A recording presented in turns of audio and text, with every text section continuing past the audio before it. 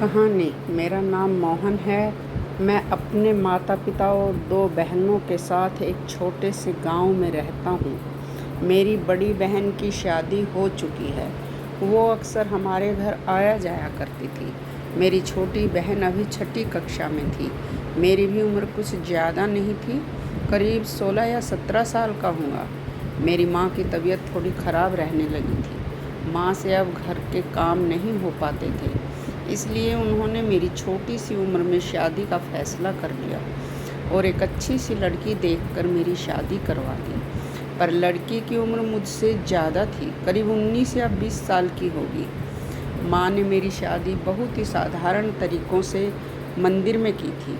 इतनी छोटी सी उम्र में बहुत बड़ी जिम्मेदारी मेरे ऊपर आ गई थी, इसलिए मैं शहर अपने चाचा के पास चला गया काम की तलाश में। अभी मेरी शादी को 6 महीने भी नहीं गुजरे थे कि एक दिन अचानक मम्मी का फ़ोन आया कि मेरी पत्नी घर से भाग गई है, और वह भी घर का सारा पैसा और गहने लेकर। मेरी माँ फ़ोन पर बहुत रो रही थी। मैं 2 दिन बाद अपने घर पहुँचा। माँ मुझे देखकर फूट फूट कर रोने लगी और कहने लगी, तेरी बीवी चोर निकली, घर का सारा पैसा और गहने लेकर भाग गई। मैंने माँ को बहुत समझाया कि मैं उससे ज़्यादा कमा लूँगा, पर आप रो मत ऐसे। मैंने माँ से कहा कि हम लोग पुलिस में कंप्लेंट लिखा देते हैं, पर माँ ने मना कर दिया। अब मैं शहर काम पर नहीं गया और अपनी माँ के पास रहकर माँ की देखभाल करने लगा। मेरी छोटी बहन अभी बहुत छोटी थी, इसलिए वे घर नहीं संभाल सकती थी। अभी हमारी ज़िंदगी सुधरी ही नहीं थी कि मेरी बड़ी बहन के ऊपर मुसीबत आ गई। मेरे जीजा मेरी बहन के साथ नहीं रहना चाहते थे। वह मेरी बहन को तलाक देना चाहते थे, पर मेरी बहन तलाक के लिए तैयार नहीं थी। मेरी बहन कुछ दिनों के लिए हमारे घर आकर रहने लगी। करीब 6 महीने तक वह हमारे साथ रही, फिर वह अपने ससुराल चली गई। अब जीजाजी भी सुधर चुके थे, उन्हें अब कोई तलाक नहीं चाहिए था। वह मेरी बहन के साथ खुश थे। मुझे तो यह समझ में नहीं आ रहा था कि आखिर मेरे जियाजी इतनी आसानी से मेरी बहन के साथ रहने के लिए कैसे तैयार हो गए। खैर, यह तो हमारे लिए अच्छी ही बात थी। हमारी ज़िंदगी ऐसे ही चल रही थी। उतार चढ़ाव तो हमेशा आता ही रहता है।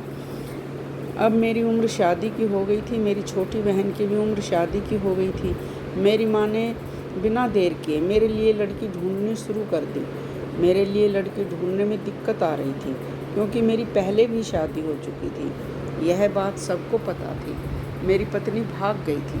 सबको लगता था कि हमने उसके साथ कुछ गलत किया था, इसलिए वह भाग गई है। इसलिए कोई भी अपनी बेटी से मेरी शादी कराने को तैयार ही नहीं हो रहा था। बहुत ढूंढने के बाद भी लड़की नहीं मिल रही थी। माँ तो अब थक चुकी थी। मेरी छोटी बहन की उम्र भी निकलती जा रही थी। हम सब ने मिलकर एक फैसला किया कि सबसे पहले मेरी छोटी बहन की शादी होगी, उसके बाद मेरी होगी। लेकिन घर में बड़े भाई के होते हुए छोटे बहन की शादी कैसे हो सकती है, इसलिए मेरी छोटी बहन की भी शादी नहीं हो रही थी। एक दिन मेरी बुआ मेरे लिए एक लड़की का रिश्ता लेकर घर आई। लड़की देखने में कुछ खास सुंदर तो नहीं थी, पर ठीक ठाक थी। आम लड़कियों की तरह थी, ज़्यादा पढ़ी लिखी भी नहीं थी। हाँ, पर घर अच्छे से संभाल सकती थी। माँ ने झट से शादी के लिए हाँ कह दी। माँ ने मेरी शादी बहुत धूमधाम से कराई। मेरी शादी में कोई कसर नहीं रह गई थी। मेरी पहली शादी में जो भी बची कुची कसर थी, इस शादी में पूरी हो गई थी। मेरी शादी में सारे पैसे खर्च हो गए थे। मेरी छोटी बहन की भी शादी करनी थी, इसलिए मुझे विदेश जाना पड़ा। शादी के करीब 3 महीने बाद मैं विदेश चला गया। अभी मुझे विदेश गए 2 ही दिन हुए थे कि पता चला मेरी पत्नी प्रेग्नेंट है। यह सुनकर मुझे बहुत खुशी हुई। मैं इस समय अपनी पत्नी के साथ रहना चाहता था, पर मजबूर था, क्योंकि मेरी बहन की उम्र दिन प्रतिदिन निकलती ही जा रही थी। मैं अपनी पत्नी से वीडियो कॉल पर बात कर लिया करता था। मैं करीब 3 साल के लिए विदेश गया हुआ था, तो 3 साल से पहले मैं वहाँ से आ भी नहीं सकता था। बस कैसे भी मैं अपना दिन गुजार रहा था। मेरी पत्नी ने एक बेटे को जन्म दिया। मैं अपने बेटे से मिलने के लिए बेकरार हुआ जा रहा था। मैं 3 साल बाद अपने घर पहुंचा। मेरा बेटा करीब 2 साल का हो गया था। मैं जब घर पहुंचा तो मेरे माँ पापा मेरे बेटे को घर के बरामदे में बैठकर खिला रहे थे। मैं अपने माँ पापा के पास गया और उनका पैर छूकर आशीर्वाद लिया और अपने बेटे को गोद में उठाकर खिलाने लगा। सबसे मिलने के बाद मैं अपनी पत्नी के पास गया, पर पत्नी को देखकर तो मेरी आंखें हैरत से फटी की फटी रह गईं। मुझे तो यकीन नहीं हो रहा था कि यह मेरी ही पत्नी है, क्योंकि मेरी पत्नी की हालत बहुत ज़्यादा ख़राब लग रही थी। पहले से बहुत ज़्यादा कमज़ोर हो गई थी, बिल्कुल पतली दुबली सी बेजान लग रही थी। मैंने उससे पूछा, क्या हुआ, तुम्हारी तबीयत तो ठीक है? उसने कहा, हाँ मेरी तबीयत ठीक है, बस कुछ दिनों पहले मेरी तबीयत ख़राब हुई थी, पर अब ठीक है। फिर मैं अपनी पत्नी के साथ अपने रूम में चला गया और अपनी पत्नी से बातें करने लगा। मुझे ऐसा लग रहा था कि जैसे मेरी पत्नी मुझे कुछ कहना चाहती है कि तभी मेरी बहन हमारे रूम में आ गई। मेरी पत्नी एकदम से चुप हो गई। मुझे यह बात थोड़ी अजीब सी लगी, पर मैंने उस समय उसे कुछ नहीं कहा। एक दिन मेरी पत्नी मेरे पास आई और कहने लगी, मुझे आपको एक सच बताना है। मैंने पूछा, कैसा सच? अभी वह कुछ बोलती ही कि इतनी देर में मेरी माँ आ गई और मेरी पत्नी को कुछ काम के लिए अपने साथ लेकर चली गई। मैं अपने रूम में ही बैठकर पत्नी का इंतज़ार करने लगा। काफ़ी देर हो गया, पर अभी मेरी माँ पत्नी के साथ ही थी। मैं भी अपने कमरे से निकलकर माँ के कमरे में चला गया। मेरी पत्नी माँ की मालिश कर रही थी। मुझे अपनी पत्नी की बातें परेशान कर रही थी। आखिर वह किस सच की बात कर रही थी?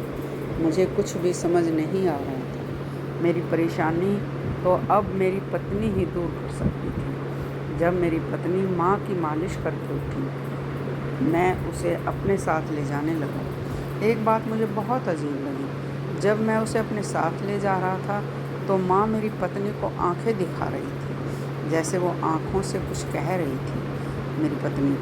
खैर, उस वक्त मैंने कुछ नहीं कहा और अपनी पत्नी को अपने रूम में लेकर चला गया और उससे पूछा, क्या बात है, तुम कैसा सच मुझे बताना चाहती हो? पहले तो वह बिल्कुल शांत थी और फिर इधर उधर की बातें करने लगी। वह मेरी बात काट रही थी। फिर मैंने उससे पूछा, तुम्हें डरने की कोई ज़रूरत नहीं है, जो भी है मुझे बताओ। पता नहीं क्यों, पर मुझे ऐसा लग रहा था जैसे वह कुछ छुपा रही थी, कोई बड़ा सच जो मुझे बताना तो चाहती थी, पर उसके पास लफ्ज़ उसका साथ नहीं दे रहे थे। मैंने अपनी पत्नी को ज़ोर से झकझोरा और पूछा, क्या सोच रही हो तुम? मैं तुमसे कुछ पूछ रहा हूँ, मुझे मेरे सवालों का जवाब दो। वह बिना कुछ बोले ही कमरे से बाहर चली गई। मैं बहुत परेशान हूँ। मुझे कुछ समझ नहीं आ रहा था कि आखिर घर में चल क्या रहा है। मैंने सोच लिया था, चाहे जो भी हो, आज मैं सच जानकर ही रहूँगा। मैं पत्नी के पीछे भागा और उसे पकड़कर अपने कमरे में ले आया और कमरे का दरवाज़ा बंद कर दिया और फिर पूछा, अब बताओ क्या बात है? मेरी पत्नी दहाड़े मार मार कर रोने लगी और मुझे गले से लगा लिया। मैंने पूछा, तुम रो क्यों रही हो? क्या हुआ है, मुझे बताओ, मेरा दिल बैठा जा रहा है। फिर मेरी पत्नी ने जो मुझे बताया, सुनने के बाद मेरे सर से आसमान ही टूट पड़ा। मेरी पत्नी कहने लगी, दरअसल जब से मैं विदेश गया हूँ, तब से ही मेरी पत्नी पर अत्याचार हो रहा है। मेरी माँ, मेरी बहन मेरी पत्नी को मारते पीटती हैं, घर का सारा काम करवाती हैं, पूरे दिन खटवाती हैं। ना तो उसे भरपेट खाना देते हैं और ना ही उसे सोने देते हैं। यहाँ तक कि जब वह पेट से थी तब भी मेरी बहन और मेरी माँ उसको मारते पीटती थी, उसे बहुत परेशान करके रखे थे। मुझे उसकी बात पर सुनकर बहुत गुस्सा आया। मेरी पत्नी की हालत मुझे साफ साफ दिख रही थी। मुझे किसी सबूत की कोई ज़रूरत नहीं थी। मैंने कहा, जब मैं विदेश में था तो तुमने मुझे यह बात क्यों नहीं बताई? उसने कहा कि जब भी मैं फ़ोन करता था तो मेरी बहन या मेरी माँ उसके आसपास ही बैठे रहते थे और उसकी सारी बातें सुनते थे। मैं गुस्से से लाल हो गया। मैंने अपनी पत्नी का हाथ पकड़ कर सीधा अपनी माँ के पास ले गई और उनसे पूछने लगा कि वह क्यों मेरी पत्नी के साथ ऐसा कर रही थी, पर उन्होंने तो उल्टा मेरी पत्नी को ही गलत ठहरा दिया। कहने लगे, तेरी पत्नी बहुत बिगड़ी हुई है। इससे मिलने के लिए एक लड़का घर पर आता था और हम पूछते थे तो यह बोलती थी कि इसका चचेरा भाई है। जब हमने उस लड़के से मिलने से इसे रोका तो इसने हमें गालियाँ देना शुरू कर दिया। इसलिए हम इसे कंट्रोल में रखने के लिए यह सब किया। मैंने अपनी पत्नी से पूछा कि क्या यह सच है जो माँ कह रही है। मेरी पत्नी ने कहा, नहीं, यह झूठ बोल रही है। कोई मुझसे मिलने नहीं आता था और ना ही मैंने कभी इन्हें कोई गाली दी थी। यहाँ तक कि हमेशा मैं इनकी इज्जत ही करती थी। इन्हें तो मैं अपनी माँ समझती थी, पर इन्होंने मुझे कभी अपनी बेटी नहीं समझा। मैंने माँ का हाथ अपने सर पर रखा और फिर पूछा, सच बताओ। माँ ने अपना सारा जुर्म कबूल कर लिया। माँ मेरी पत्नी को हर छोटी मोटी गलती पर मारती थी। घर का सारा काम मेरी पत्नी अकेले ही करती थी। यहाँ तक कि मेरी बहन भी मेरी पत्नी पर हाथ उठाती थी और माँ को अपनी गलती का कोई पछतावा नहीं था। इसलिए मैं पत्नी और अपने बच्चे को लेकर अपने ससुराल यानी कि पत्नी के मायके चला गया और वहीं पर पत्नी के साथ रहने लगा। मेरी माँ के लिए यह बहुत बड़ी सज़ा थी कि उसका बेटा अब उनसे दूर हो गया था।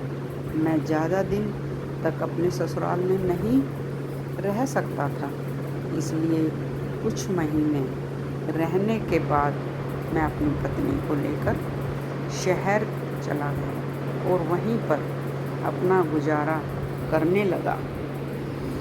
तो यह थी मेरी कहानी। आपको अगर अच्छी लगे तो आप लाइक, कमेंट, शेयर और मेरे चैनल को सब्सक्राइब ज़रूर कीजिएगा।